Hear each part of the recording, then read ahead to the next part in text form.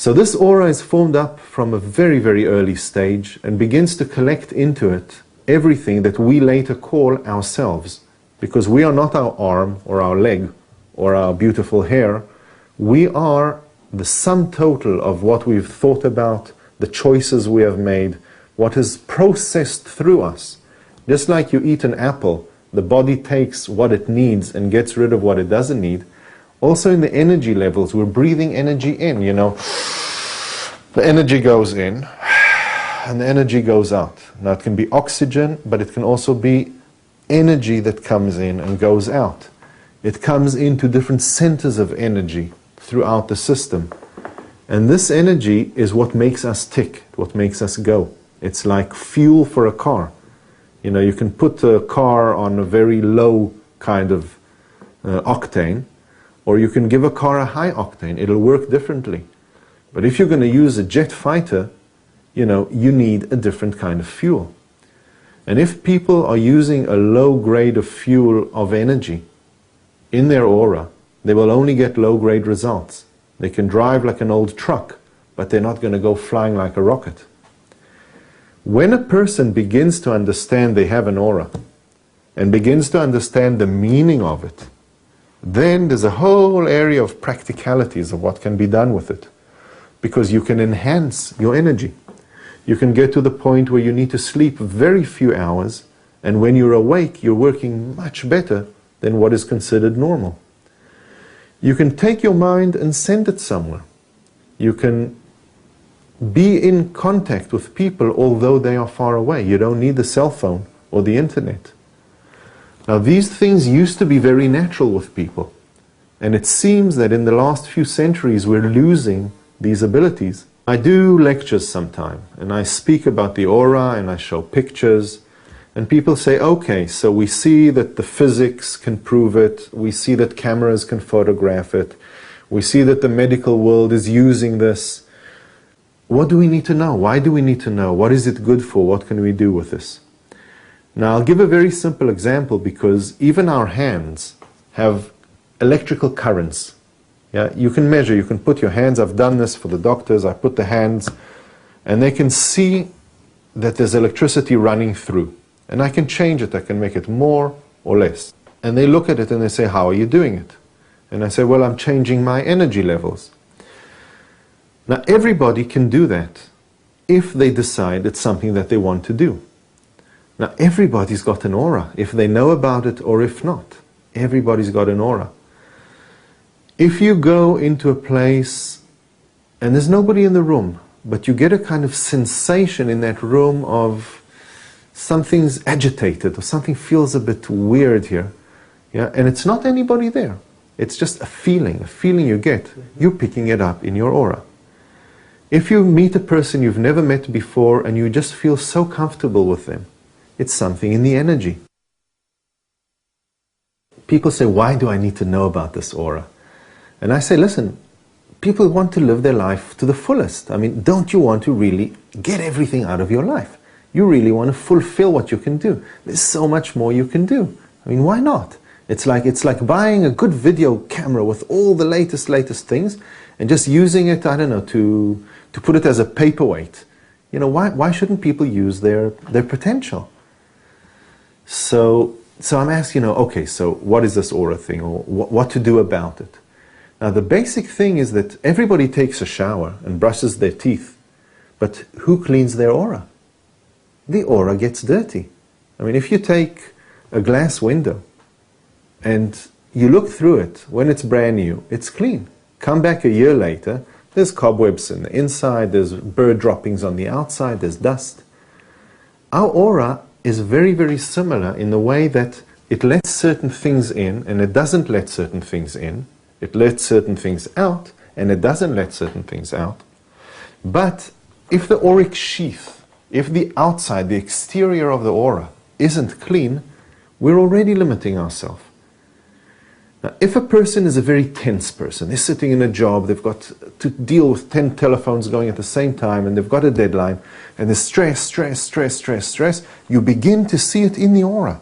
You can actually see these brownish kind of colors appearing just in this area here. Now, if it isn't taken care of, you come to the same person a few months later, a few years later, and it's already physical, and they get an ulcer. But if you treat it before it becomes physical, they'll never even know they had it. So people nowadays, if they're wise, they go to have an aura cleaning. Nowadays is what is called the aura shower. You can actually stand with your clothes in a specially designed aura shower, and the water running down on the exterior of your aura will actually clean away debris, clean away some of these electromagnetic impulses that we get because we sit near the computer and because we sit in a car and because the whole world is full of electromagnetic signals flying around from people's cell phones and Wi-Fi and the other. And you have to know about these things. I mean, it's amazing. Why wouldn't you want to know? The aura, it's not a simple thing. It's not something you can, take it, read about it, and know about it. It doesn't work like that.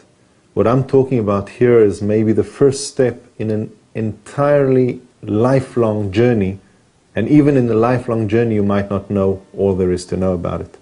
I've been dealing with this for the last 40 years, since I'm a little child.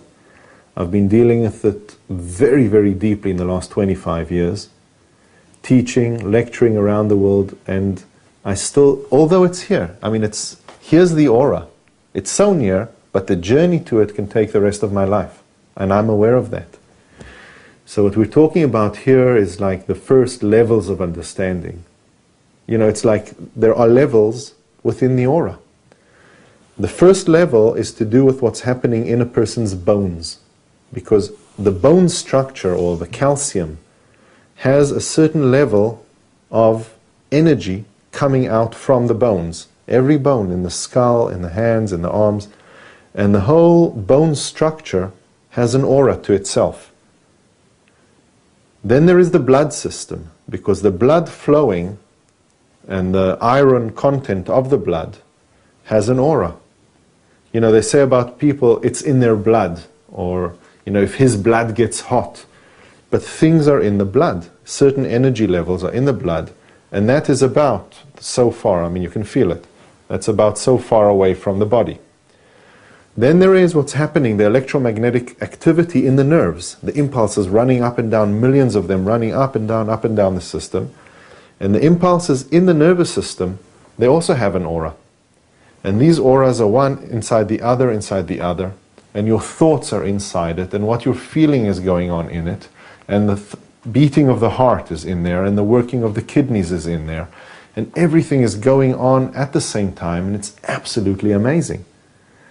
Now, a person can have a certain problem in the level of the blood, of the aura, and a few years down the line, it'll be a result in leukemia. And people don't make the connection. Or a person might sit with his head on, leaning back on a wall, and the neighbor has the television over there on the other side. And what's coming out will be causing migraine headaches for this person who's only sitting and working. It's so amazing, because everything influences the aura. Now, when you begin to understand these things about the aura, and you understand it's a huge, huge journey, at least the first steps, you'd want to do them as soon as possible. Because what it says is, if you have disturbing radiation in the house, it'll be affecting you. If your little child is in a bed, and the bed is near a wall, but the neighbor's refrigerator is there, and the refrigerator has an electromagnetic field, it'll be affecting the child.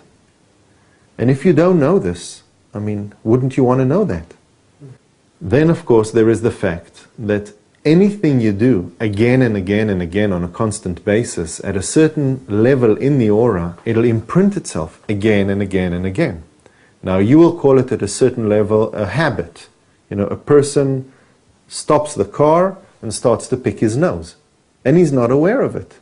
Or someone, every time there's a bit of tension in the air, she starts to pull her hair. Or a person, every time he's going to make an important phone call, he goes and lights a cigarette. Now, these things that happen again and again and again in the aura leave the strongest marks. It becomes as a habit. It continues on to be an addiction. even if it's not with a chemical addiction.